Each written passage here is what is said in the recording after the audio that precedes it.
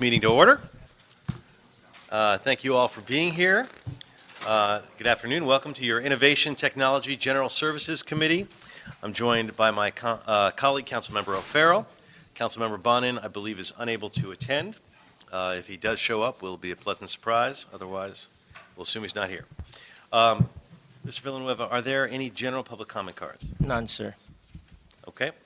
Now, unless there is an objection, I'd like to recommend items 4, 5, and 5 through 7. I'm sorry, 4 and 5 and 7 through 12 be approved on consent. No objections. So without objection, that is the order. 4, 5, 7 through 12 are now approved. Mr. Villanueva, would you read those into the record, please? Yes, sir. Item number 4 is a Municipal Facilities Committee report relative to a lease agreement for a portion of the city's police training center located at 5651 West Manchester Avenue, Los Angeles, to the Los Angeles Police Federal Credit Union. Item number 5 is another MFC report relative to a lease agreement between the city and J.L. Vignes Ranch, Inc. for the use of a radio communications site generally located at Palo Solo Track Road, Saugus, California, 91350. And item number 7 is a CAO report relative to the creation of an account within the Telecommunications Liquidated Damages and Lost Franchise Fees Fund to collect public, educational, and government access capital franchise fees separately from other revenue collected by the Telecommunications Development Account.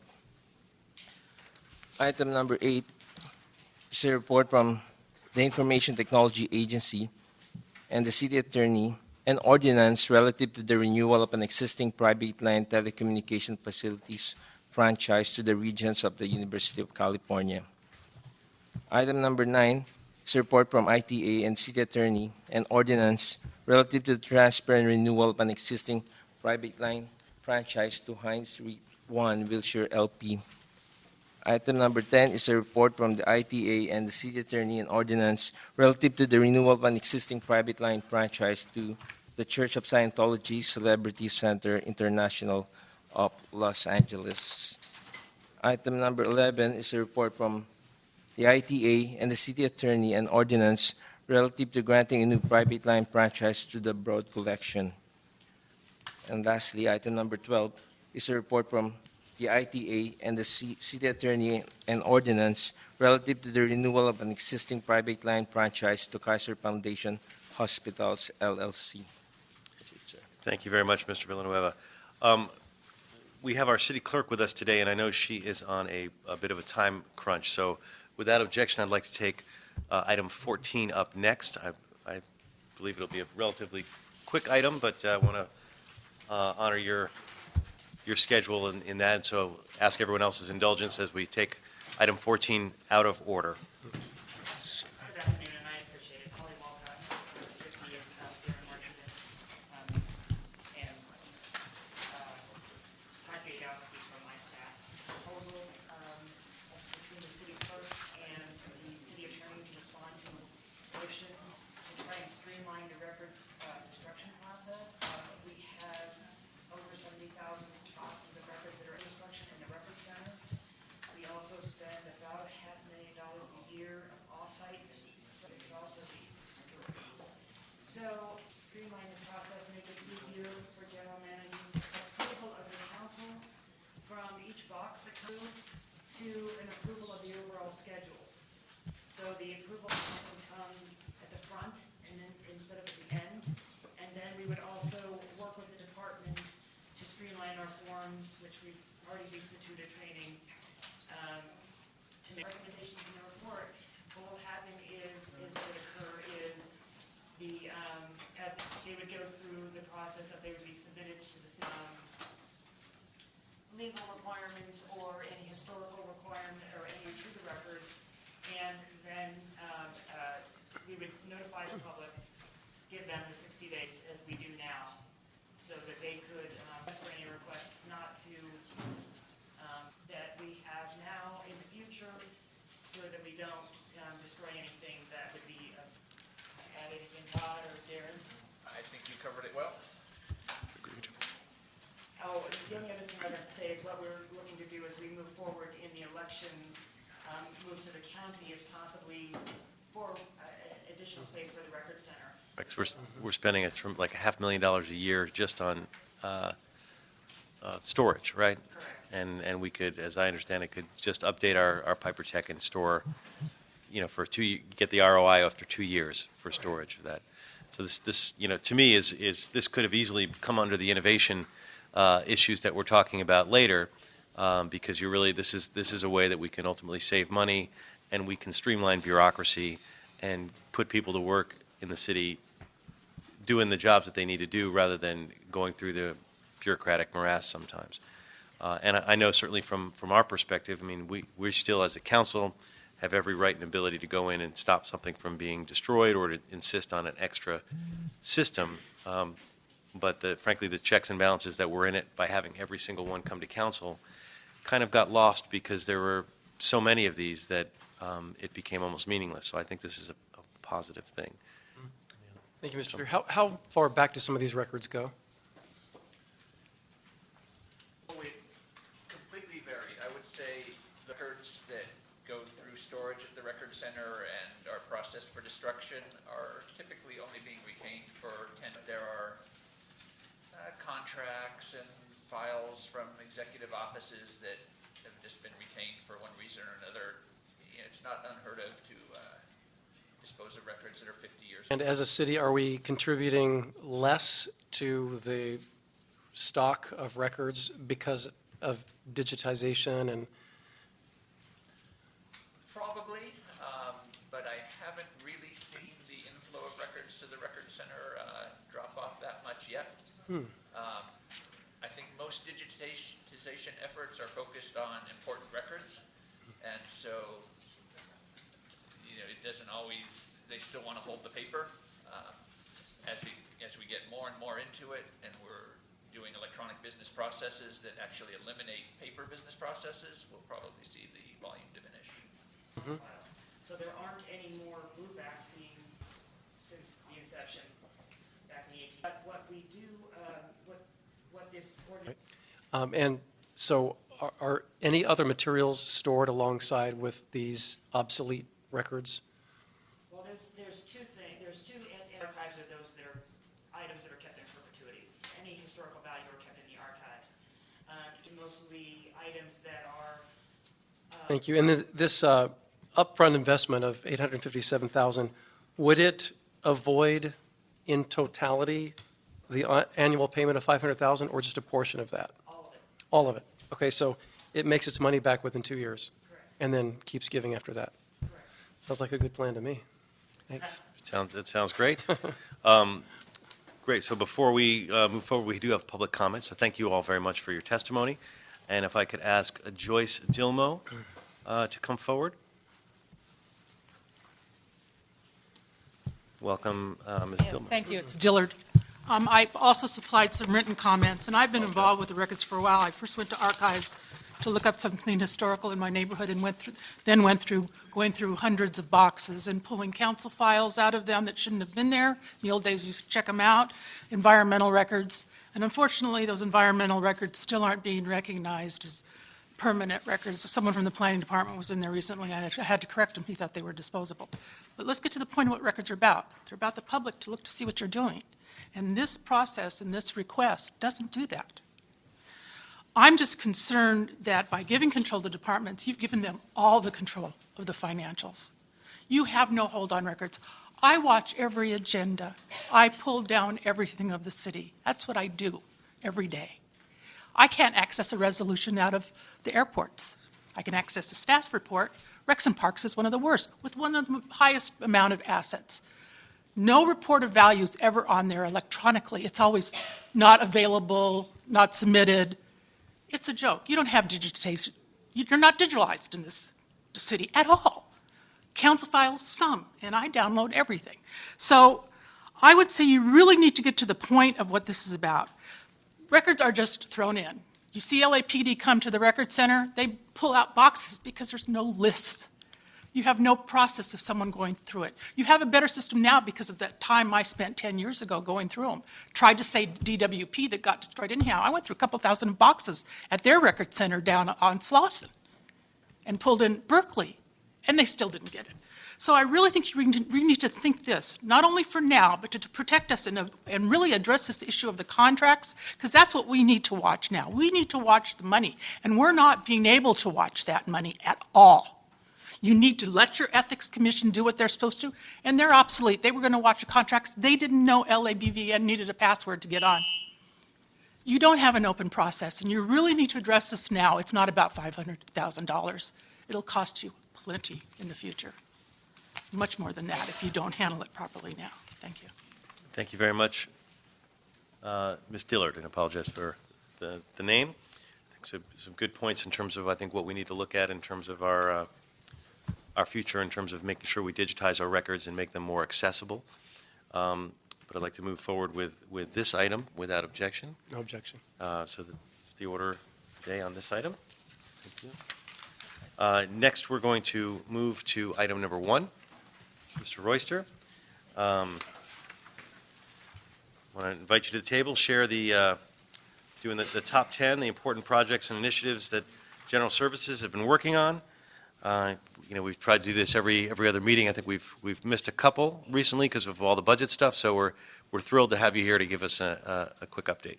Thank you very much. The first item is the VMS system.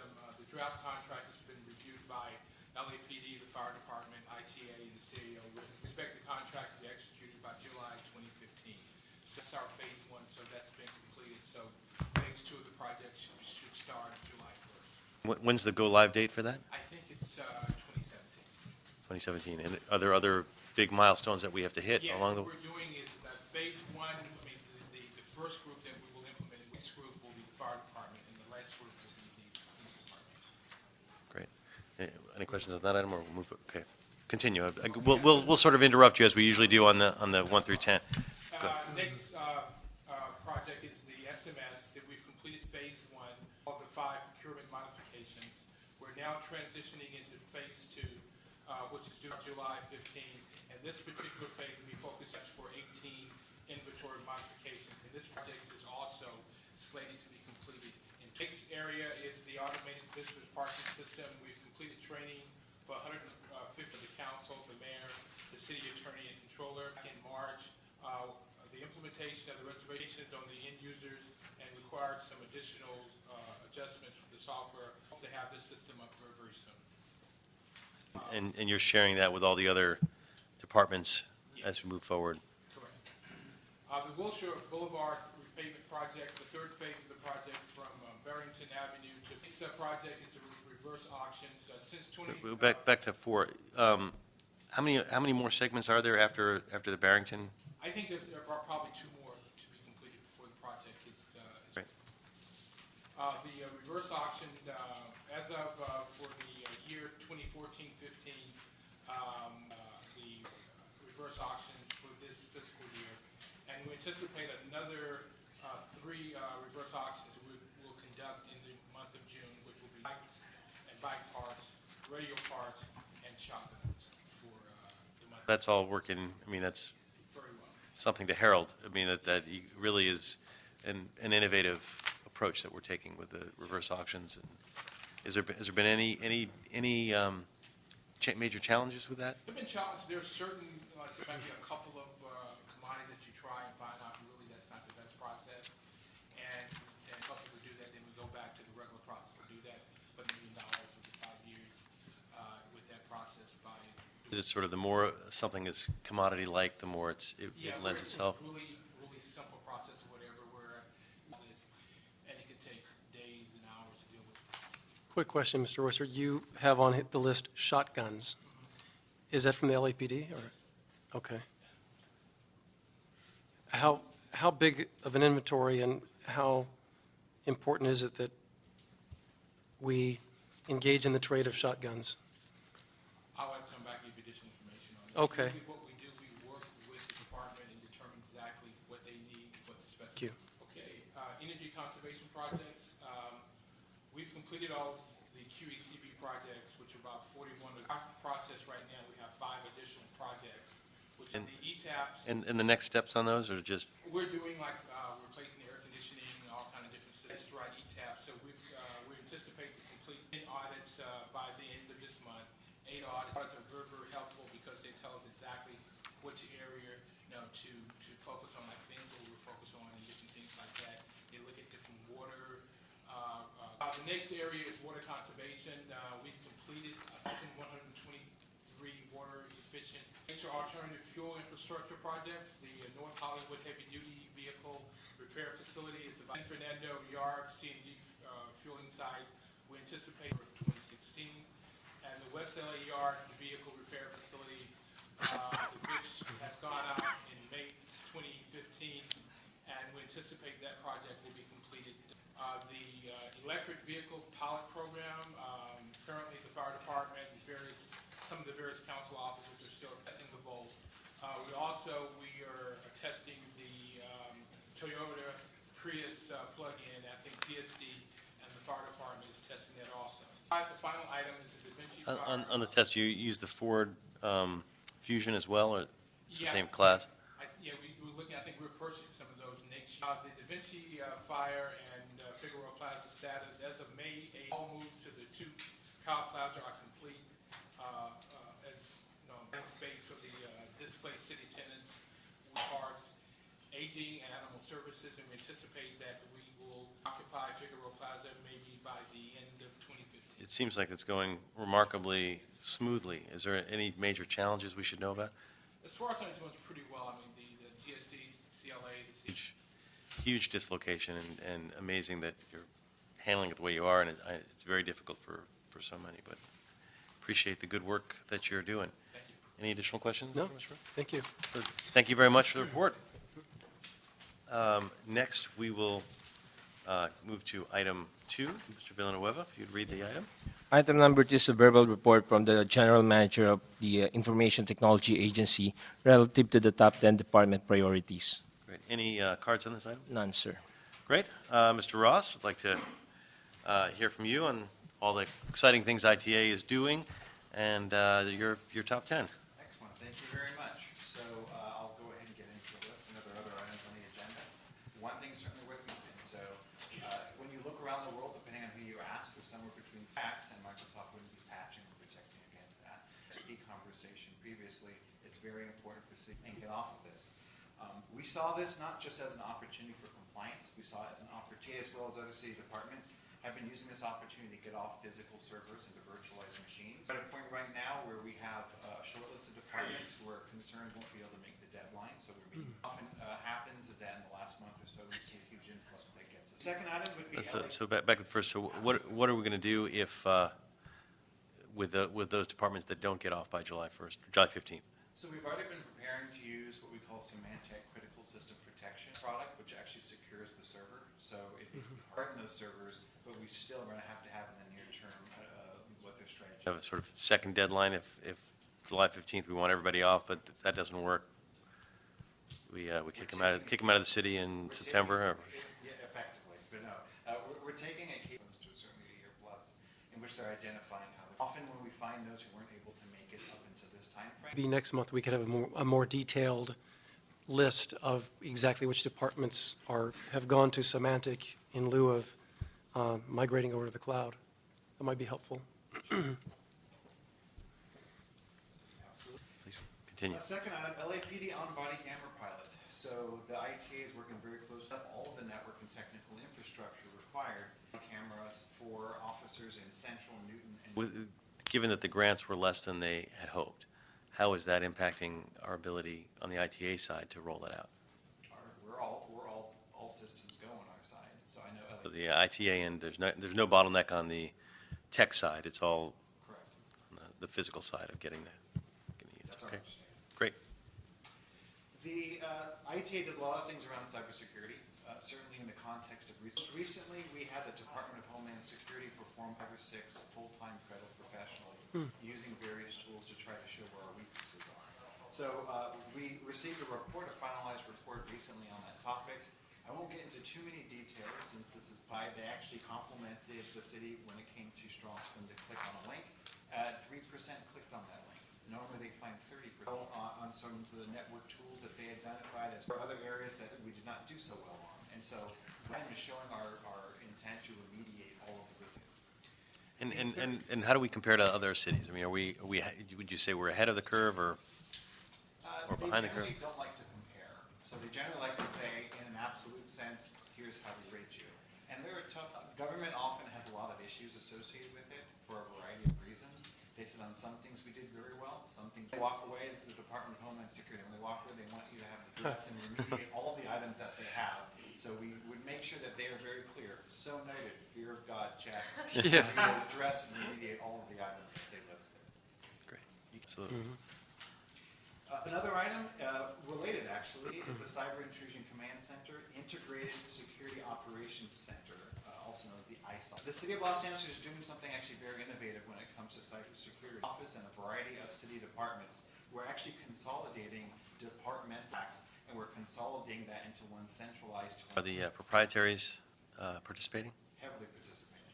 They're easily everybody who's managing a network and who manages a security operations center participating in what's called a cyberhood watch. So like It's cute. cyberhood watch conducted by the Department of Homeland Security with Secret Service. As issues are being encountered at a port of Los Angeles or a DWP or at the ITA and the city network, it's not a type of response. So this is a very innovative program. Is that a new term, or am I the only one in the room who's never heard it? Cyberhood Watch. It's a new term. I love that. It took me a second too, and then I got it.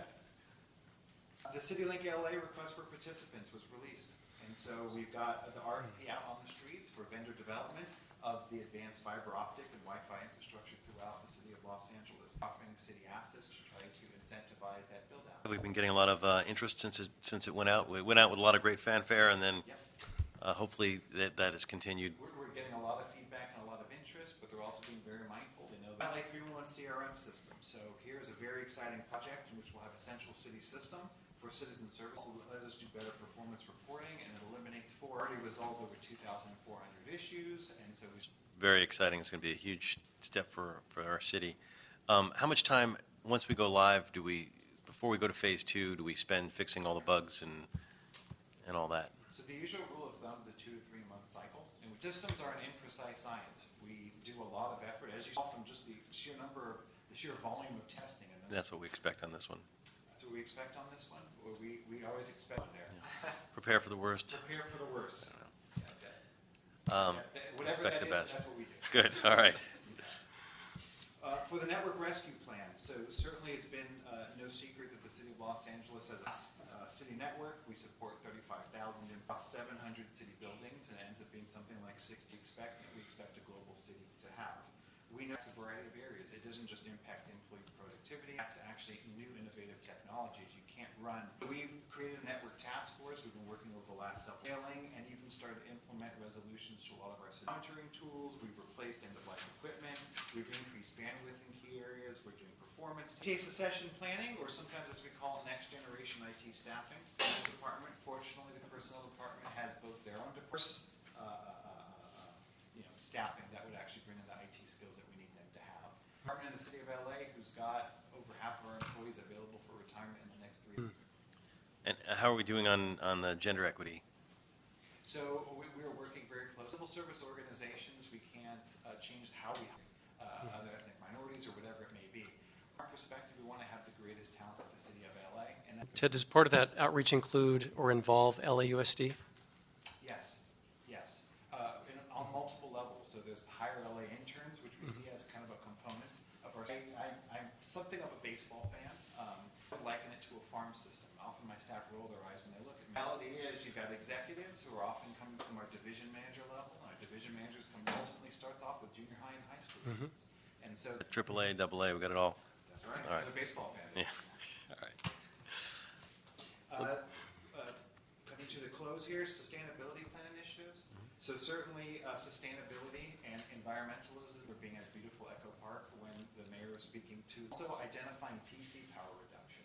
And so proper policies so that computers go to sleep, monitor in the appropriate amount of time, we can end up saving. It's amazing something you had told me, which is that a lot of this can be done remotely. Yes. And so we can change those policies and, have all the systems go to sleep faster or at different times, Things with to one. tools that come with Windows. Yeah. We're all running. Thanks to tools that come through things like Windows and Active Directory. PCI Compliance, so PCI 3.0 compliance. So certainly this city compliance with payment card industry 3.0 standard report coming through the Office of Finance, Trustway being the contractor. Actually have a whole set of meetings set up with Office of Finance. An item that I did not mention that I think is worth mentioning, that's certainly a very high elected officials move in and relocations for our department. Sure. No, there'll be a little bit of movement, a domino effect, different offices moving and all the rest. And Tight time frame, and we know we need to have excellent customer service. great. Well, we appreciate that Yes. very much. Appreciate all the good work that you're doing. You've stepped right into Steve's shoes, and you're doing a great job, and we appreciate that. So, We've got excellent city staff and excellent vendor partners. well, thank you. So we will move now to item number 3, Mr. Villanueva. You would read it into the record. Yes, sir.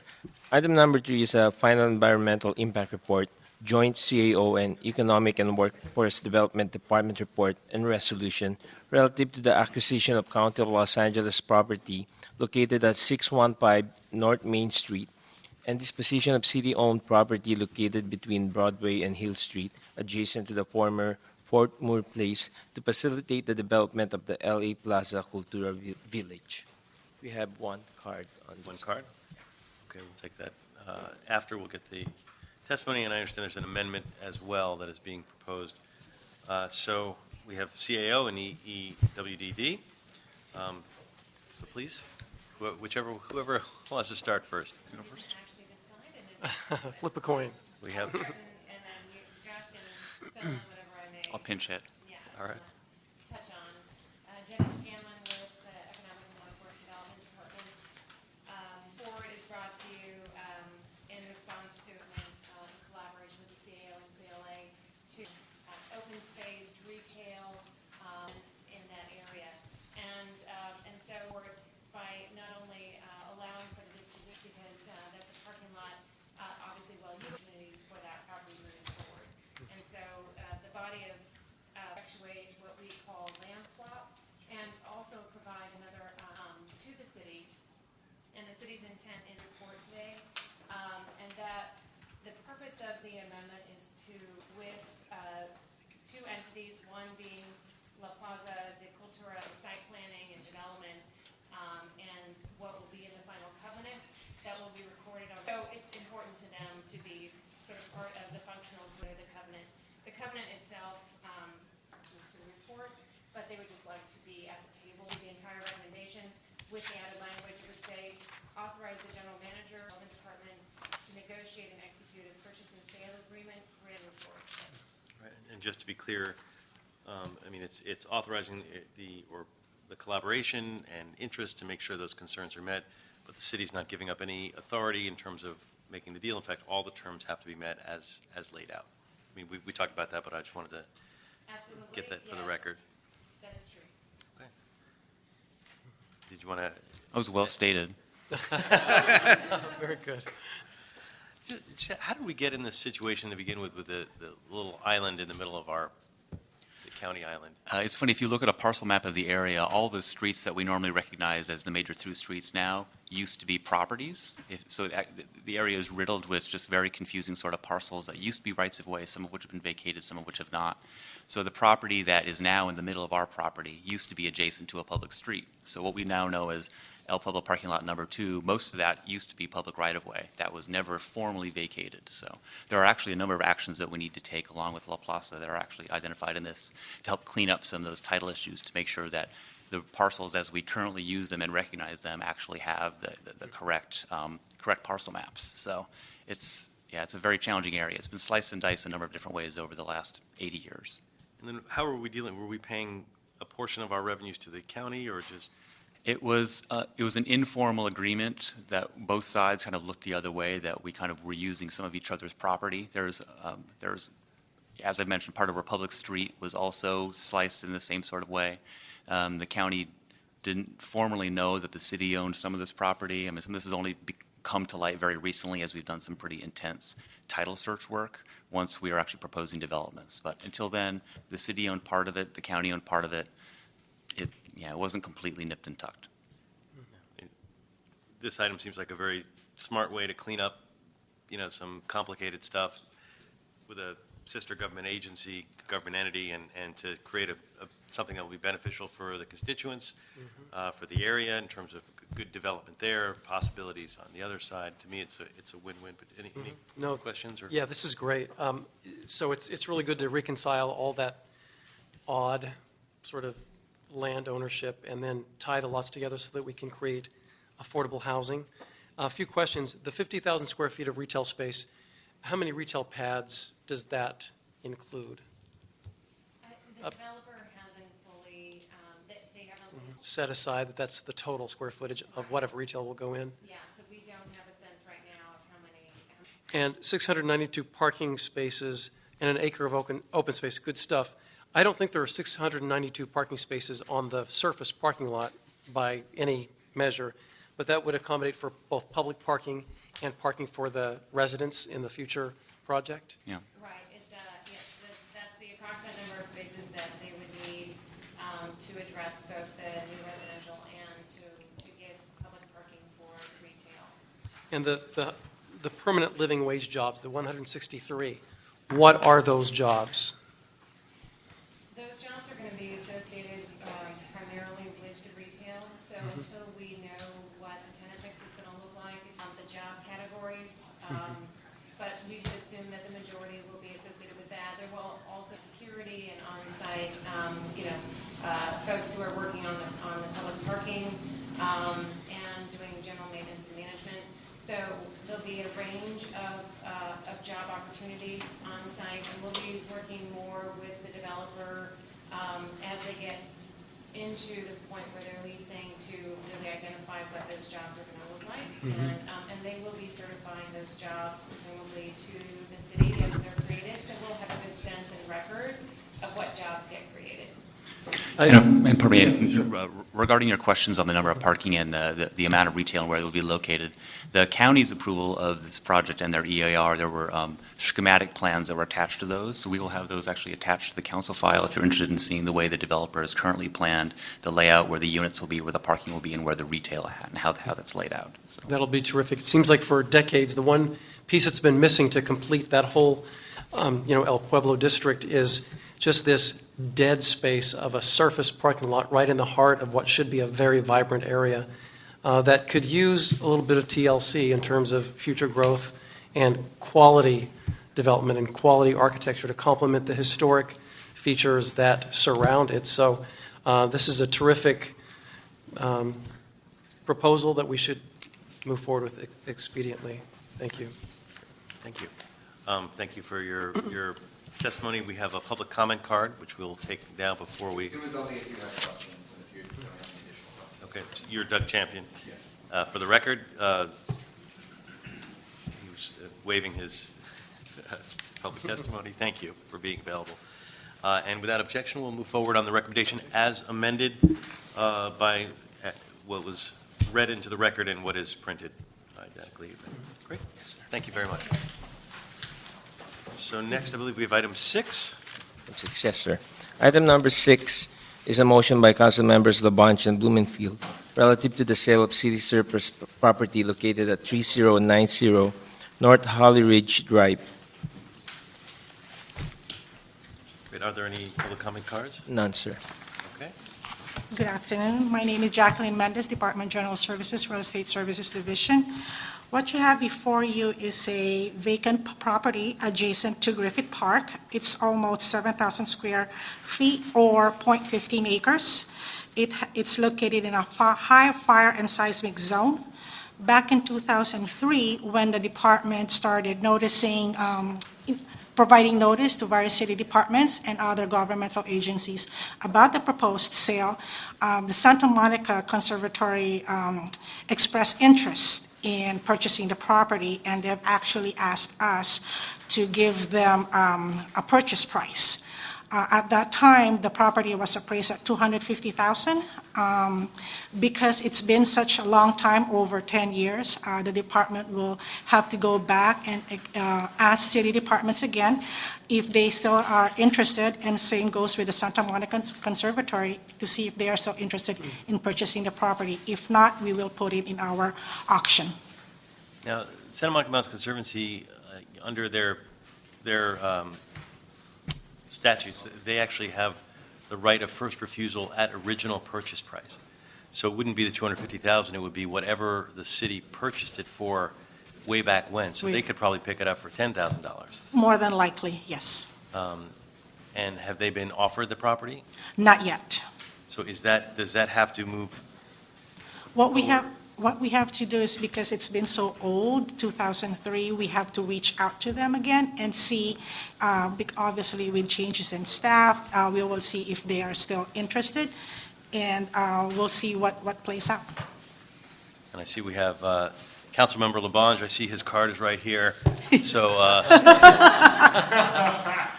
we will gladly hear your comments as part of this as well. I put the motion in because going through my district, someone did call me and say that they want to buy this lot. And then when I looked at the lot, there's no absolute any public access from Griffith Park to that.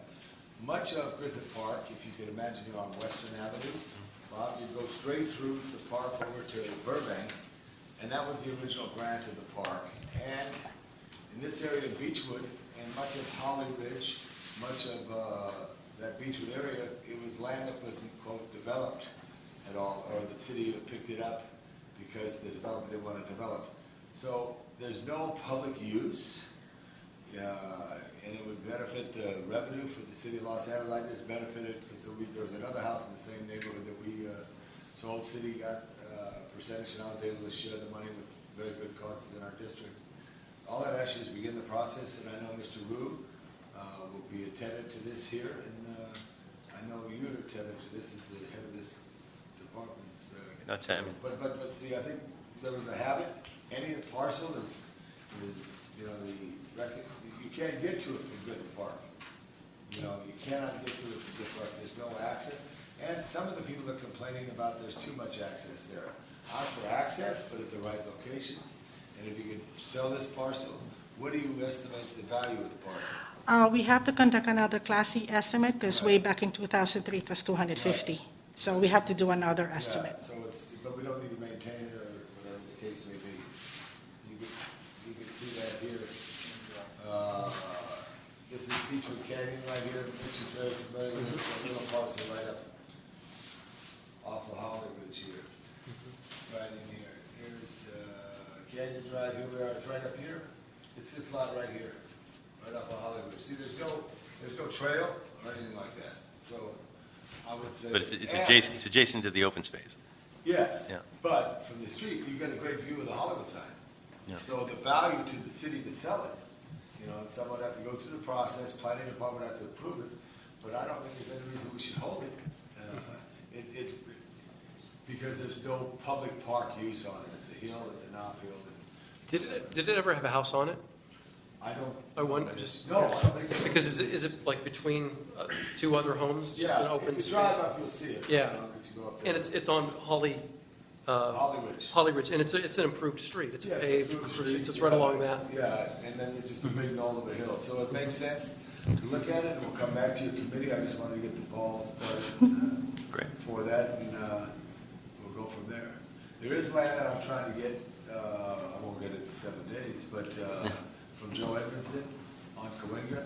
I had a thought when I got elected, I want to expand Griffith Park to Cahuenga Pass. And there's sometimes some resistance when people don't want it.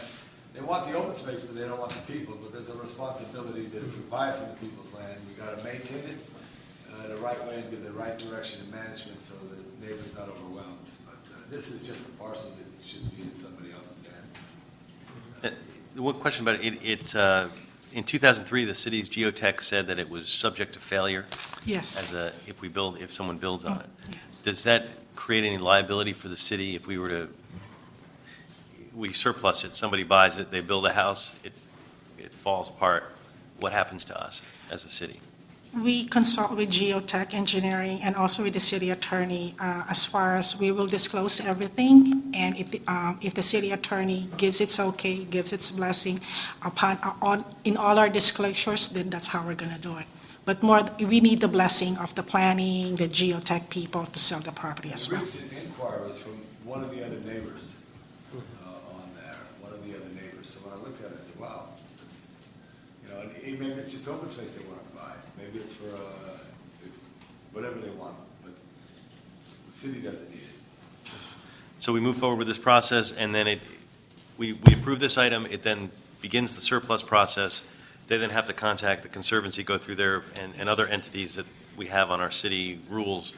If nobody asks for it, it then goes to public sale, and then it goes into that process. Right, I think you should remind the Conservancy, if there's accessibility, I'm for any land that we get access. If it's just for a view shed, it's very difficult to give that one priority, because then you're enhancing everybody's land around there, not getting anything off the tax roll. Sure.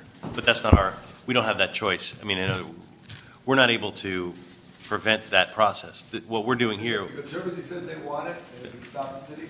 Then, yeah. Who says that? State law. State law says that? They file last time. I mean, they can. What do they know somebody there? I mean, I really mean it, Bob. It's like a hill that's there. Well, I'm not saying that they would, but I mean, under the city law, there's a process that we go through. We do this today. Then it goes to your court. You then undertake the process. Part of your legal requirements are you have to notify the Conservancy. You have to notify. There's probably a homeless piece that you have to do, and there's like 5 different steps that you have that on any surplus. Yeah, I got that.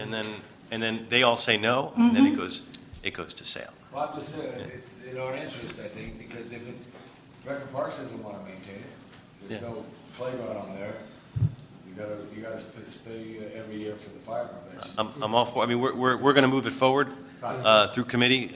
We were just understanding the process. What happens after we say yes? I'll talk to Mr. Edmondson too. And say that would be good, because then you could. And that funding, I know Mr. Wu was very attentive, I believe, to what the people up there, voiced in concern. So this will give an opportunity to help them. It makes sense. Probably a great place for a neighbor to buy and us to use as for that kind of funding. Thank you so much. Absolutely. So without objection, we'll move. A nice program and a nice book. Thank you, Mr. Labange. So If you have time tomorrow, we have an auction for the remaining plot in Pacific Palisades. So come and join us. A little ad there. Yes. Thank you very much. So without objection, that item is moved forward. Can I just thank the staff? I see Kurt right here, right there, right now, Mr. Hoagland, who I've known for a long, long time, city attorney, good job, and all the staff here. Monica, good to see you. Thank you. Thank you. Thank you. Okay. Next up, we have item 13. Joey. We're going to, 13. Next, we're going to jump to item 13. Okay, item number 13 is a report from the CEO and the Innovation and Performance Commission relative to funding and implementation steps for the Office of the Mayor Digital Services Unit, the Los Angeles Fire Department Rapid Response Vehicle, and the Board of Public Works Media Design Competition. Great. Welcome again. Thank you. Good afternoon. We wanted to give you a quick overview of where we're at with the Innovation Fund. So over our March and April meetings for the Commission, we reviewed multiple submissions. We are moving forward with 3 recommendations for today, of which we have the submitters and the interested parties here present to talk about them. We've been aggressively refining the process for review and our goals of the program so that we were focused as a commission on active engagement with the departments so that there was real clarity in terms of what the solution was going to bring to the city, and also the goal of having a multiplier effect. So we weren't just allocating funds to put on a program, but it really was to long-term save money or drive greater efficiencies for the city. So, and we've also been much more engaged as a commission in terms of working with individual departments and submitters. So we feel really confident that this month's submissions are strong ones. The first is for the Office of the Mayor and to create a digital services unit, which is a short-term pilot program for us to create a fellowship team, which I'll have the representatives from the mayor's office from ITA speak to it, for $150,000 to create digital programs to basically move manual programs as rapidly as possible into a digital service format, and with the complete cooperation with ITA. So maybe what I can do is introduce Abhi Namani and Ted Ross to speak to the program, because we've worked through a lot of detail on how to make this work with our current infrastructure. Sure. Well, so first of all, I should just want to say thank you so much to you for your leadership on this, and then both of you on setting this whole thing up. I mean, I gotta say, I'm new to the city of Los Angeles, about 8 months in, and one of the best things that I found that's most exciting is this innovation fund. So thank you all for setting this up. So in terms of the fund itself, the way we're setting it up, and in terms of the digital services unit, is really the mayor's office is just a kind of pro forma thing, and Ted can speak to this. It's really more of an ITA thing. We're just helping set this up to make it work effectively and recruit people. And what we want to do is find key areas where citizens are interacting with the government in a more analog way, right? Picking up the phone, coming to the office, and actually helping them then change that into a digital way. And we want to build a small team, 3 people, that actually creates technology that makes that easier. And that's the core idea. And there's kind of a lot of ancillary benefits from that, is that, so of course there's the direct citizen benefit from it, right? But beyond that, we're going to set up a lot of training and support for ITA to actually help ITA get even more efficient and effective through this process. I don't know, Ted, if you want to speak to that. So certainly it's been a priority of the ITA to come up with rapid development solutions. So, sometimes we talk about it. We're used to building big things, and it takes a long time to build them. But certainly when you have departments who have, paper processes and a variety of other types of legacy processes and policies around it, it's very important to us to try to deliver quick solutions that are electronic, utilizing existing platforms. So we saw this as an opportunity to partner with the mayor's office to do an internship program to embed them with ITA developers to use ITA platforms and look at other new platforms, and to try to kind of co-opt it and adopt it as a part of our intent to do rapid development. The only thing I'd like to add to is the commission was really, we received, as you know, now over 350 submissions, many of which could be eligible for development in this type of a program. So we already have a ready-made group of potential candidates. We're not going to spend a lot of time trying to figure out and prioritize how many different programs there are out there in terms of services, but we do have some good idea of things that we want to hit very quickly. But that was a requirement of the commission, that we have tangible outputs of this product as quickly as possible, and that are of value to the city. I mean, I see this sounds, exciting. It's like a digitization strike force. You're going to go not for the big projects that you guys are working, but going to departments and saying, you're using that form, wouldn't it be better to digitize that form, that kind of thing. That's right. Which is wonderful and will save a lot of agencies money. One concern I have, and I'm sure there's a way to figure it out, is what it'll end up doing is it'll save departments money, but it'll shift cost to ITA because you're going to save, you create a transportation digitalization form that saves the department $30,000 a year, but it has to be hosted somewhere. Mm-hmm. So I don't know if you're considering vendor hosting or if it's going to be hosted by ITA, which then gives them an additional cost. How do we work this so that some portion of the savings that are come through the digitization can backfill the inevitable cost that will be on ITA, and I say inevitable, and the cost predictably will be much less than the manual. The cost of doing it will be much less than the savings, or much less than the savings. But the way the city's set up, it doesn't necessarily translate. So how do we make that happen as part of this process?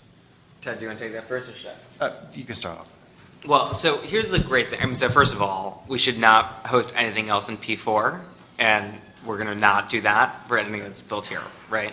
But more importantly, there's modern cloud-based software that is great and really cheap, and we're going to develop that and use that in this process, which is different than the way we do. And again, I don't, Ted, you speak to this more. It's not the way we build software right now. And the idea here is that we actually showcase the way we should be building software, right? The way we should be hosting software, and use those platforms, and then get the rest of the organization to use that as well. Not just ITA, by the way, but the other departments as well. DWP, airports, etc. So they're paying for their platform as they go. They're not, ITA is not paying for. Yeah, it's part of the budget that we submitted. There's a $50,000 just for the platform stuff. But I think the councilman's right. Often we end up in situations where technology teams come in, they deliver something, and then the customer comes right back to the team and says, now you're married to it, you touch it, you own it, support it, pay for it, and that bait and switch happens quite a bit. The intent for this, in our ideal world, is to leverage platforms that are either A, free, we already have a lot of Google sites, forums, capabilities with that, in which we can hand it over to the department and say, we built it, we've digitized for you, now here you go, and with some basic skills you could maintain it and keep it going. Or even leverage things like cloud services, whether it's Amazon or Microsoft Azure, et cetera, so we hand the subscription on over to the department itself. It's a change in the way of doing business, because often we find ourselves, we then get bogged down, and the next thing you know, for the next 4 years, you're building, maintaining, adjusting, and enhancing. The intent of this is a strike force. We come in and we deliver good product that helps improve their lives, and if they want to take it and extend it to something more, then we can try to come up with the right type of model for that. But we need to move to the next project is our intent. I'll just give you 2 quick examples just so you can understand it. So we built a new dashboard for the mayor in the last couple months, and that cost no dollars for hosting. We built a new immigration dashboard to track where new immigration workshops are happening. No dollars. So there's a way to develop technology and deploy it now that actually isn't cost effective. Like it is not a huge impact in terms of revenue. And so I think we're going to try to build that into this idea. That's the ideal. Yeah. And we just have to steady ourselves for the possibility that what we see happening often, which ends up more cost to ITA, that we just have some sort of back end for that. Because it's not necessarily a bad thing either.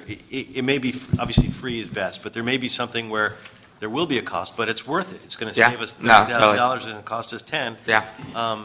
We just don't want 50 of those things to happen, and then all of a sudden ITA is short money. Yeah. So I want us to build that in somehow, and I'm throwing that back at you guys. I think we can incorporate that into the review process because we are going to have to select projects. And so as part of the prioritization effort to identify which projects need to be prioritized in this initial pilot, that should be a consideration, the long-term cost. One of the reasons why it's extremely important for the ITA to be heavily involved, so even from the example, the folks who are working in the DSU, basically fellowship program, they're going to be housed on the 13th floor at City Hall East. They're going to be embedded with our folks. One of the reasons is because ultimately our future is heavily impacted by it. Whatever they build, however they build it and the way they approach building it will be directly impacted. So the ITA is going to be involved from a variety of reasons, including being a stakeholder ourselves. Kind of picking up on what you were saying, Bob, is that the whole sort of function as mentoring and fellowship and training and all that of the departments, as long as it results in the memorializing of actual established systems within the departments, so that it results in a final product that then cuts out all the red tape and all the steps it takes to do business with the city. As long as that's the end goal, then I think we're in business. That's great. So just for what it's worth, so before I came to the city, I used to run a company called Code for America, and this is all we did was we ran a fellowship program where we sent developers into a city to help them build software, and I rewrote all of the metrics to make it all about what you just said. I didn't care about the software. I care about the process and making sure the department itself understood the process and the methodology. And that's how we set up all of our programs. So that is exactly what we're going to do. And I am very sure that this will result in fewer, less heartburn for the departments. But what I want to make sure it results in is service to our constituents. Yeah. That's the ultimate, I was just going to say, the other thing I would love to do is talk to both of you and everyone else from the council and figure out what are those key things that need to be digitized, right? Because, we're going to do a whole research-driven process to figure that out, and I would love for your feedback and thoughts on how to do that. So, Councilman, to your point, making city more efficient is notable, but delivering better services to the citizens is even 10 times better than that. And especially to our business startups and our small mom and pop businesses who Correct. are always throwing up their hands in frustration. And It's funny you say that, Councilmember. So many of our submissions were about how to make the building, permitting, planning process just better for the business community. And we think that we have a great opportunity here to digitize on that. I don't think we're going to run out of opportunities to digitize for a while. that would be great. Yep. Yeah, I've always thought if we could just have an 8.5 by 11 form online that is the one form that provides the roadmap, the only roadmap you need to open a new business, and it's all digitized, and it keeps going back to the checklist that you need. And You don't want to go to 8 departments and figure that out yourself? by the way, so I literally built that in Santa Cruz. Perfect. And so that's the kind of thing that we're going to deploy here. Perfect. Yeah. All right, well, that's a good one. I think we're going to move forward on that, but let's move to, we'll Number 2, great. do all three at one time. Thank you, Ted. Well, we can do one at a time. So let's move approval on the item number 1. Let's move it. Okay, and we'll move now to item number 2. Item 2, great. The LA Fire Department, oops, way too loud. I'll just talk. They proposed a 6-month pilot program to staff a rapid response vehicle, which would be a mobile triage unit to service high-volume call areas. Be dual functioning, similar to a paramedic ambulance. It'd be staffed by 2 firefighters or paramedics who would respond to calls and initiate as-needed life support treatment. The objective of the 6-month pilot is to provide rapid, life-saving treatment for patients who require time-critical interventions in high-volume areas. So, as you know, we've received some really great proposals from both fire department and police department around public safety, and the commission's very much committed to innovating in this space. So we have Thank you. Yes. Good afternoon. My name is Jeff Elder. I'm battalion chief with the fire department. I serve in the EMS division. I'm the paramedic coordinator. And I'm here today on behalf of our medical director, Dr. Mark Eckstein. As you know, response times are something that has been very challenging for the fire department and has been highlighted quite a bit in the last couple of years. Calls for service, our EMS service, are not going away. In fact, we're responding to approximately 350,000 EMS calls per year, and we've seen a steady 2% increase per year. So Dr. Eckstein was thinking outside the box. What are some different ways that we can help reduce some of those response times? This 6-month pilot program, as the gentleman said, would be a rapid response vehicle. It's going to be placed in Battalion 1, which is downtown, specifically in the Skid Row area, one of our high-volume areas. It will be staffed with 2 firefighter paramedics. It will not be a transportation vehicle. It will be a vehicle that is posted, if you will, and their role is not to be dispatched to calls, but to jump calls. They'll be under the direct supervision of Dr. Eckstein and the EMS division with the marching orders that they are out there to monitor the radio with the emphasis of getting on those high priority calls, and in most cases probably beating the resources that were dispatched. So we're not going to not dispatch those resources we normally would, which are in general a fire company engine or ladder truck configuration, and either an ALS, advanced life support, or basic life support ambulance. That configuration would still be dispatched, but the rapid response vehicle would have the opportunity to get on scene, do a quick assessment, and with the intent of freeing up that fire company. The fire company's primary role in these on these calls is to provide manpower, the additional hands needed. So now we have those 2 members on scene that are able to take advantage of that opportunity, release that fire company for another response, be it a structure fire or maybe another EMS call for service. Again, 6-month pilot program. We'll be running them approximately 40-hour work week, and we have the vehicle. The vehicle's out of our current resource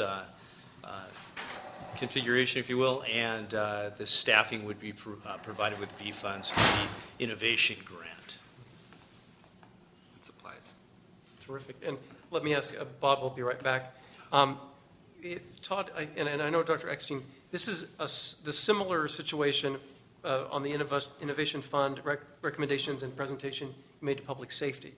Yes. Correct? And part of that was a pilot program to actually save resources that are being unnecessarily used to accompany and then staff an EMS call and the patient that is taken to a hospital.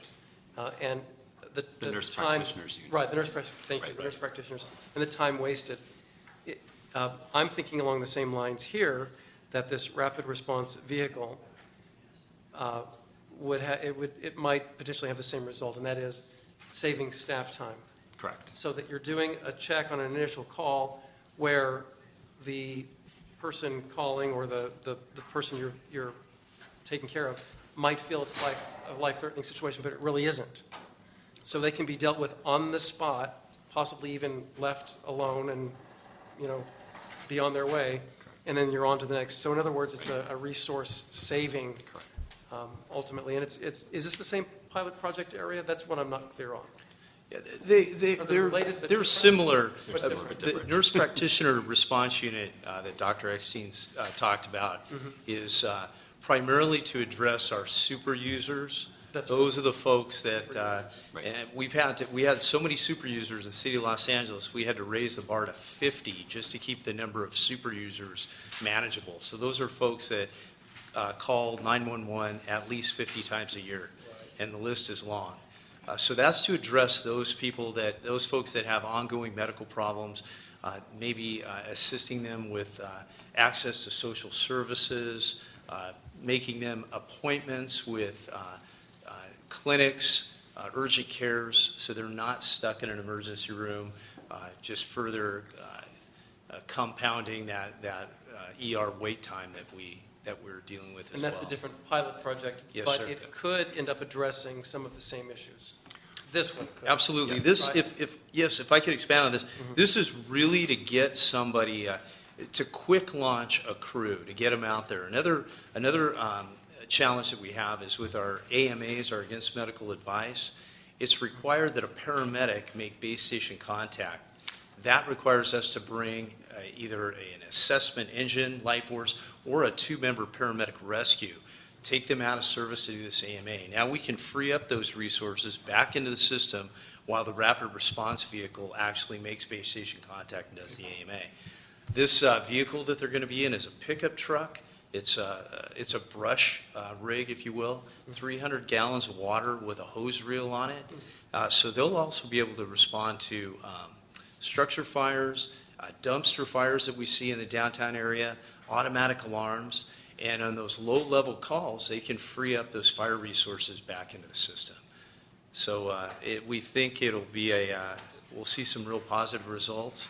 Dr. Eckstein's developed several metrics that he's going to be evaluating over that 6-month period, and we hope to eventually possibly launch one of these into every battalion, all 14 battalions throughout the city. Right. We think the metrics for this short, if you recall, there was the discussion on the 6 versus 12-month pilot on the previous project, and so the metrics to be collected for the 6-month initiative we think are going to prove out the value of the program so we can scale it out in the next fiscal. Yeah, I'm excited by it. Sounds a fascinating way. Help me deal with some of the criticisms that you might get about, well, this is a deployment issue rather than an innovation issue. In the sense that the Innovation Fund could spend all this money just adding money to augment deployment for the fire station, and that would be very innovative because we would actually be better covered and we'd save a lot of time and money. This is different in that this, as I understand it, this is not a tool that we currently have. Correct. So I want to really flesh that out a little bit because, I don't want other folks to see this and say, oh, well, this is a way to get more, to augment our funds, or, if we didn't get the deployment that we want from the higher ups, that we're going to figure out a different way to redeploy. And I don't think this is a redeployment, but I want to get that out on the record about how. And I appreciate that as commission president, because clearly as we review the submissions that come through, we have a lot of submissions that are sort of additive to existing activities, and we're very hesitant to move forward with those that aren't true innovations. So what we looked at in this particular program, for example, was that it is a brand new model that we're testing and piloting and gathering metrics on to make determinations on whether or not it can expand or not. So for the record, that's been part of our reevaluation of the program to ensure that we're not simply just adding on to, for lack of a better word, annual budget supported activities, and we are really looking at changing the game to even though I not only concede, but I put forward the fire department is underfunded, and I want to do everything we can to fix that funding. Yes. And we'll do that in the budget process. Yes. And am doing that in the budget process. It's not that I don't want to do that. I just want to make sure that the innovation fund is being used for innovation. Yeah. Any other thoughts on that in terms of how we can assure people that Well, this? from a fire department resource deployment perspective, as the second largest city in the nation, we haven't really changed our deployment model in many, many years. And a lot of that is because of the challenges that we face in a diverse city. It's a big city. Every area of the city is different. And to maintain that consistent level of service, it's kind of forced us to have a pretty consistent deployment model throughout the city. This is really innovative for a large urban department such as the Los Angeles Fire Department. In a city, like I said, as diverse as this, it really does free up those transporting resources, those valuable transporting resources that the system is just hungry for. It's a much less expensive way. About 6 out of every 10 patients that we respond to ultimately go to the hospital. This is a way, again, to help free up resources back into the system and hopefully provide emergency response to those more critical need type incidents. And it's outside the box for our department. It's a big change. It's something like we've never seen. And with the exception of, I believe, San Diego, no other large big city fire departments are doing anything even close to this. Generally, the way to handle challenges such as we're facing is just to throw more resources at the problem. And maybe that's going to be the solution in the future, but right now we think this is really, again, an outside-of-the-box methodology in a way for us to hopefully solve some of our challenges. You're saying so San Diego does this? They do something similar. In fact, the idea came back.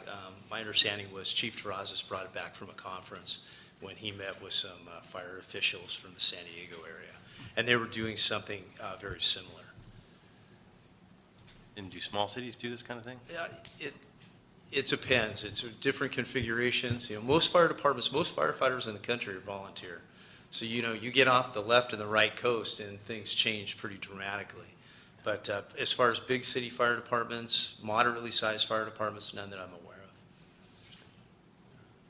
Okay, well, prepared to move forward with this one as well.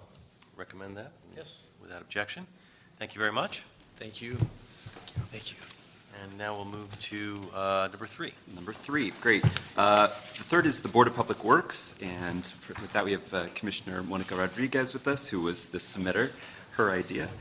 This is for a median design competition. So the Commission's been looking at creative ways to address big issues within the city that have been stalled for one reason or another. And in my discussions with Commissioner Rodriguez, it became evident that we had some challenges around how we plan for and create and how we address the medians within the city. And so I don't know if you'd like to speak about your idea and how we got to where we're at.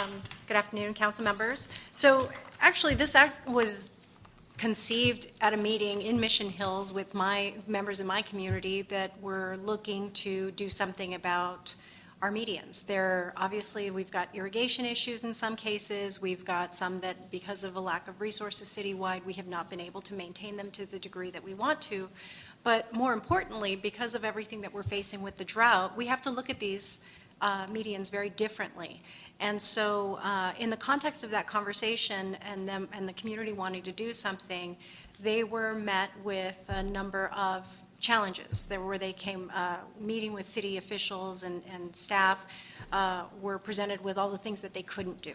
So the whole purpose of this program was to create scenarios that show the community what they can do, and developing some pre-approved kit of parts, if you will, the different components that are provide drought-tolerant options that are pre-approved by city standards that allow communities to then take and assemble on their variety of medians. This would be a perfect opportunity to engage residents in a way that they could take ownership through our Adopt a Median program and actually have these components that are pre-approved and allowing them to just assemble it and kind of design it in their in a community process and then implement it in their communities. So that's the concept that we've developed. Right. So this would be for a one-year competition.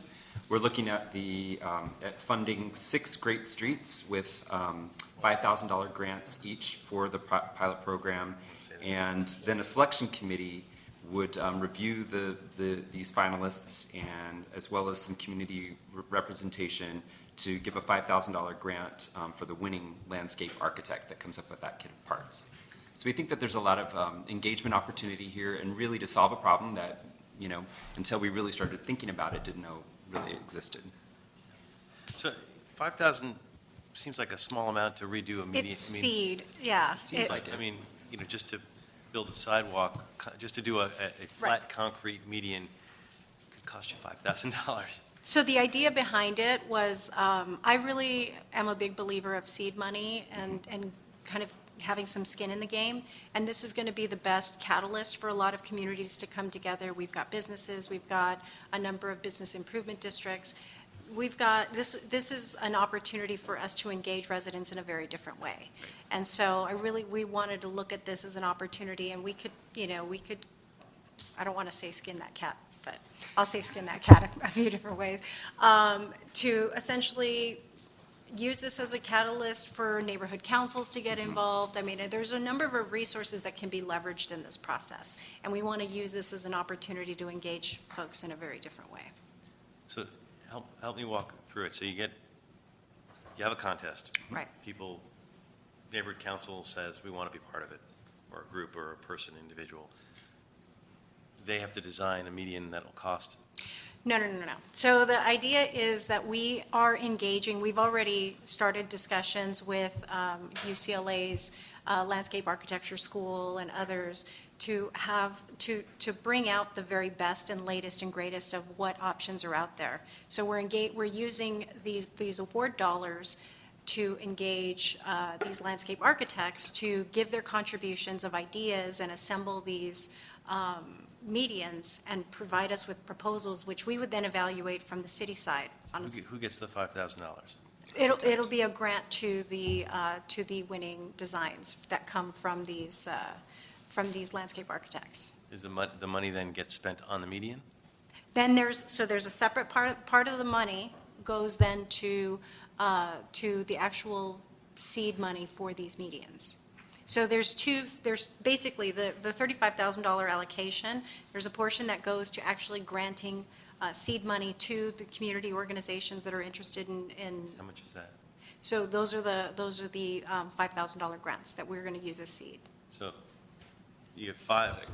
So we have 6 $5,000 grants. And so that money, when all said and done, will be given to communities. Correct. To do design, charrettes, and Correct. whatever. So that money is to put on charrettes, and none of that, there's not a dime of that that's going into building of a median. No, it's, okay. It's designing the median. Correct. So they would do the charrettes. So the $5,000 is going to go, there's $5,000 of the $35,000 that goes to award the winning designs and that part of the process. Then there's 6 $5,000 grants that we will make available to communities that want to implement the design. So they would also require them to have, obviously, supplemental funding because it's not going to be sufficient. But we're talking about smaller scale medians. So we're not talking about large-scale These are for the pilots. Great Street median. Correct. Because those don't tend to be small scale, right? Great Street median. Some of them are. Some of them aren't very large. There's a variety of. And I don't mean to be thick about it. I'm just trying to understand. So 5,000 of the 30,000 is going to do the design charrettes and to do all the administration type of things. Correct. Then you have 6 $5,000 grants that are proposed that we would choose the winners, and then that money would go toward helping implement the medians. Correct. So a group picks the median. Now, so then that median is automatically going to be the median that's going to be built. Let's say the city council member doesn't want that median. That group picked a median and they don't like it. So somebody in my district chooses a median to put giant pineapples all over the median, and it's chosen. And I know, and I have an uproar in my community saying, it's great that you chose it, but no one who lives in the area wants it. Can I stop it? Sure. I mean, this is a process that we have absolute intention of collaborating with the council offices on.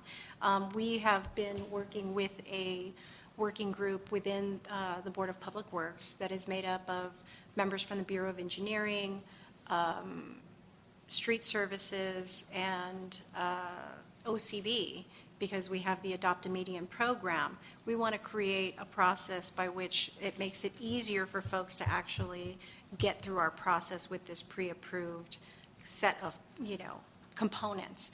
And so the idea is that absolutely it would have a very strong council component where it's done in concert with the goals of the council offices. This is not Right. something that's. No, I know it's done that way. But you know how things happen is that Sure. it's all done, somebody chooses it, and that's when the community either wakes up and says this is great or this is terrible.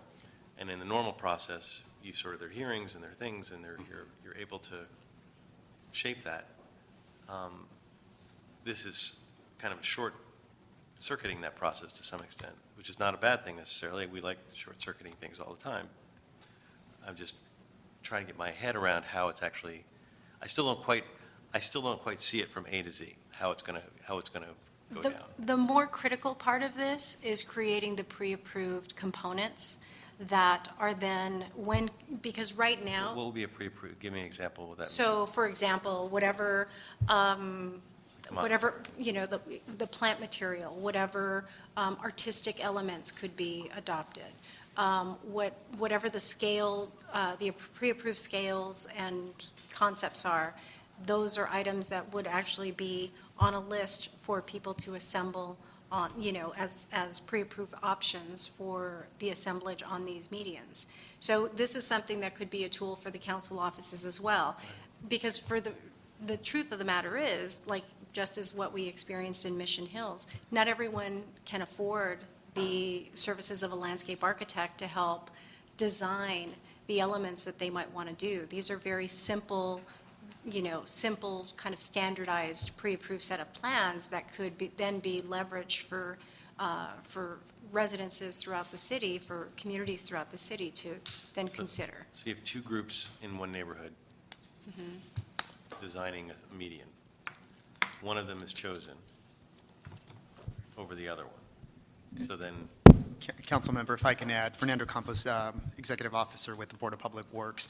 The way the concept is being structured and visualized at this point, we are going to go through a contest design period in which Commissioner Rodriguez has indicated that we have reached out to institutions such as UCLA, USC in terms of getting the landscape architects to come back with their design. The design contest will have parameters and guidelines in which we will give the landscape architects what they can propose and what they can design. We are currently developing a list of plants that are approved or going to be pre-approved. There's also a list of materials that will be pre-approved. We're also going to give them schematics in terms of the size of the mediums that we're looking at. We're looking at triangular and also rectangular medium sizes, low-scale projects because of the dollar volume. Since this is a pilot program, we are intending to target those smaller scale medians at this point in time. If we did a large medium, we're looking at 500, maybe 1,000 square feet. These small medians are about 100 to 150 square feet. So we are going to target those smaller scale medians for this portion of the project. Once we've developed the guidelines and the specifications, this will give the architects the ability to come back with their proposed designs. Once we receive the designs, we will make a selection in which designs the city will be move forward with, and also pre-approve those material lists within the kit. The second part of that is the contest period. So we will allow the students and the architects to come back within a 60-day period to submit their schematics in terms of what their design would look like. So I want to make sure to clarify that the community itself is not designing the actual median. The design is being presented by the landscape architect that we're going to select. We are going to have a list of plants and materials that they can change in and out, but it's going to be part of a list that's pre-approved. So no, they won't be able to put pineapples there. But if they do decide to do with a drought tolerant plant that's native to Southern California, or another drought tolerant plant that's on the pre-approved list or on the WOO list, we will allow that community to move forward with that type of plant. The third process is to develop the kits that Commissioner Rodriguez is discussing, and that is the kit that will allow the communities to pick and choose a menu of options as to how they're going to go about implementing and deploying the development of the median. The last part of the process is going to actually start the actual implementation. So we are looking at the Adopt a Median program right now to leverage the existing 108 medians that have been completed over the last 10 or so years. There are some that have been in disrepair or have not been maintained. So we are looking at ways that we can leverage those folks that adopted the median 5-10 years ago, and for whatever reason, they have not been able to maintain those medians. So we think the $5,000 seed money can go a long way for those types of medians. But if not, we can also leverage those $5,000 with council offices, with other departments. We are exploring the option right now with LADWP to take advantage of the possible credit or rebate for the turf replacement. So if we identify a median that has turf and we want to remove that and make it to a low to no irrigation median system, we may be able to leverage those credits that are there for us, or even grant opportunities that are available to the community. Yeah, I know. Like, I mean, I've got a median in my district. The oleanders are dying, and we asked for how much it would cost to fix it. To fix the front end irrigation would be $14,000, and the irrigation underneath is broken. It would say $200,000. So to get that median to have any sort of planting is going to cost over $200-something thousand, which we're not about to do at the moment. So the $5,000 may not go a long way for a lot of these medians, but it may. And are you also considering is it all about plantings, or are we talking about medians? Somebody wants to make artwork on a median. Public art as well. So the Department of Cultural Affairs was also a part of this conversation, because we wanted to ensure that there are some elements that could be pre-approved in this process.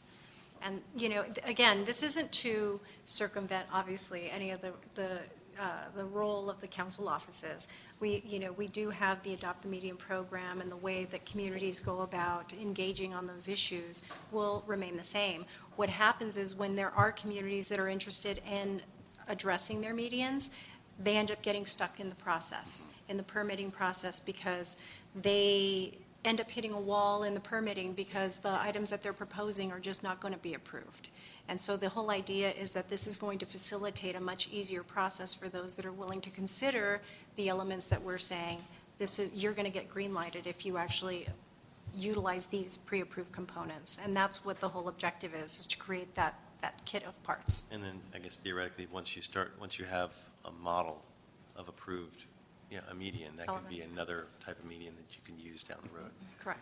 I mean, like in my area, Great Streets, we have Lanny already engaged on a wider level with the community about what we want to see there and what we want to, and I've invested a lot of money in that to make that whole initiative possible.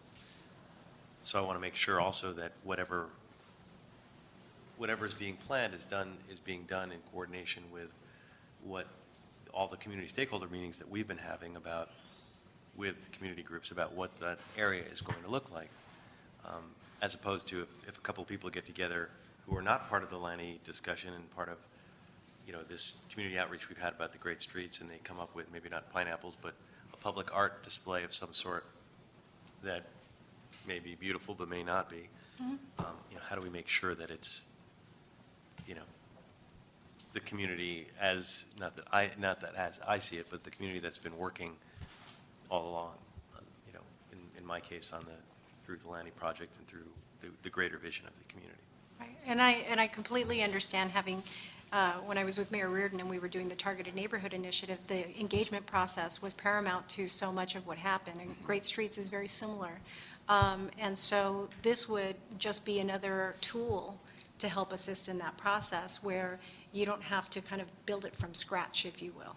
There will be elements that will be identified that maybe through that community engagement process could be incorporated into this and to whatever you decide to do or whatever that community decides to do in that area. So it's not necessarily a green light on the median. Correct. It's approved. It's just It's the kit of, yes, it's just the items that could be placed in that median. Right. So the contest winner wins. They now have a theoretical green light to move ahead with a median, but they don't have enough money to do it. They have $5,000. Right. Then they have to partner with the city in some way to make a bigger median happen, either to spend it with the $5,000 or to take what they have, which is sort of a blueprint of what could be automatically approved. Is that the idea? Right. Yeah, and part of the schematics that are being, that will be submitted by the students or the landscape architects will include a construction design and a cost proposal. So we are asking the submitters to provide us a cost estimate of their designs. So if they are submitting a cost that's $5,000, we'll have some possibly $10,000, $15,000. We won't know until we actually get those schematics back. Okay. Well, and Mr. O'Farrell indicated his support as he was listening to the item, so we will approve without objection. Yes, sir. And that approves all three on item 13. Thank you.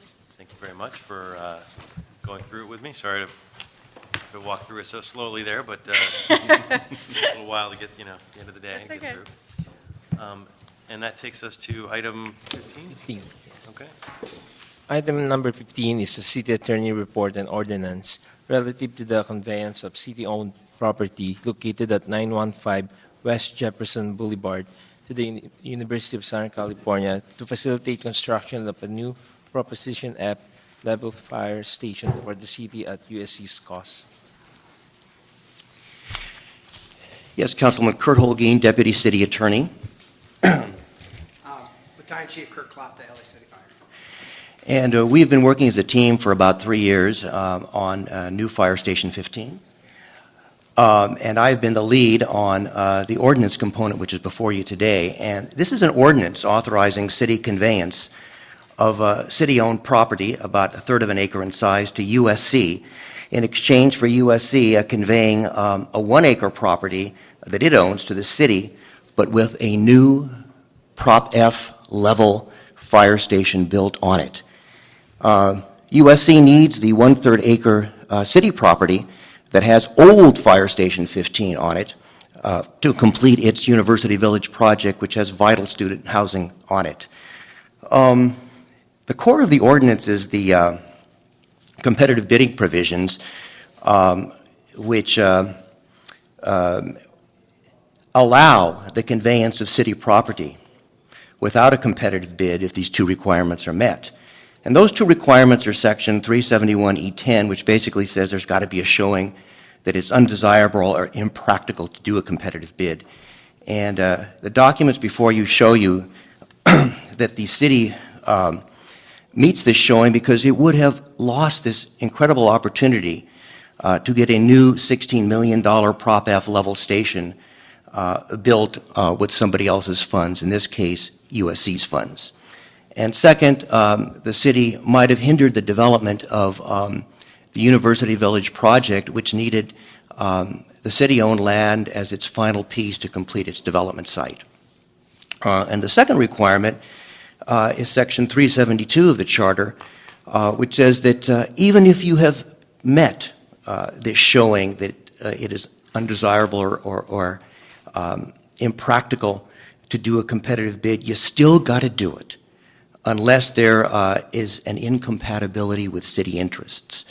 And I think everybody on the city team that negotiated this deal will say that the two city interests in question were city finances, number one, which is, were it not for this transaction, the city budget would have taken a $16 million hit to get this new prop level station. And number two, city public safety. And were it not for this transaction, the fire department would be trying to serve this same area with an outdated station. And I thought that Chief Klafta perhaps could speak a little bit to the great difference between a prop F level station that we are getting and the type of station we have now. Yes, Fire Station 15 on Jefferson is 66 years old. It's really used, it's really out of life at this point, and we are ready to replace that station. It was not on the Prop F list, but USC came along and is willing to cover the full expense, and the station, in fact, is built. And we're losing a 9,000 square foot station on a third of an acre, and we're gaining a 16,000 square foot station on a full acre of land. Only a block away from the current location, and it's really built to service the community. It has complete, it's up to code. It has separate gender facilities and complete diesel exhaust systems, and it's really a safe and sanitary facility, and it's a large upgrade for the fire department. And again, it's money that we didn't, the city didn't need to expend to get this facility. So we're very happy about this transaction and proud of the new facility.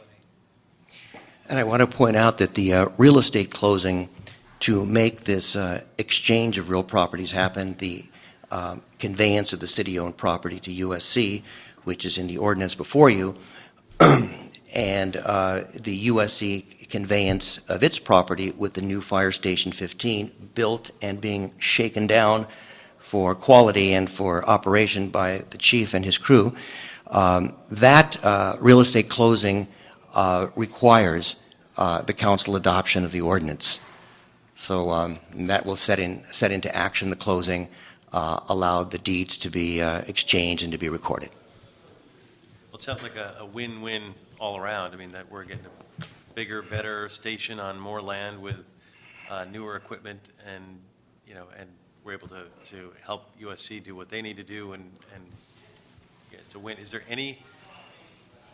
anything negative about this that I know it's going to be more than offset by the sheer amount of money, but is there any downside to the new station versus the old station or the land swap, or is it all upside?